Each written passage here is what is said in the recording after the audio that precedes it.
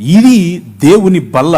మనందరము ఒక్క సమాజం, మనలో అందరిలో ఒకే రక్తం ప్రవహిస్తుంది. ఆయన మన కోసం తన శరీరాన్ని విడిచాడు అన్నటువంటి ఆయన విమోచన కార్యాన్ని జ్ఞాపకం చేసుకునే కేవలము బాప్తీసము పొందిన ఆయన అనుయాయులైన ఆయన శిష్యులైన వారికి మాత్రమే పెట్టబడిన బల్ల. అది ఎవరికి పంచంగా మనం పంచం. అలాగే వారి దేవీ దేవతలకు అర్పించిన వాటిని తీసుకోవు కూడా. మనం పంచము, వారిస్తే తీసుకోము. చాలా క్లియర్గా చెప్తున్నానా? మనం పంచేది లేదు, వాళ్ళు ఇస్తే తీసుకోవాల్సిన అవసరము లేదు. అలాగని చెప్పి అవతల వారు నొప్పించాల్సిన అవసరం ఏమీ లేదు. ఎందుకు నొప్పించాలి? దయ్యానికి పెట్టావు, నువ్వు రాయికి పెట్టావు, నువ్వు రప్ప, ఈ స్టేట్మెంట్స్ అన్నీ అక్కర్లేదు. అది కరెక్ట్ కాదు.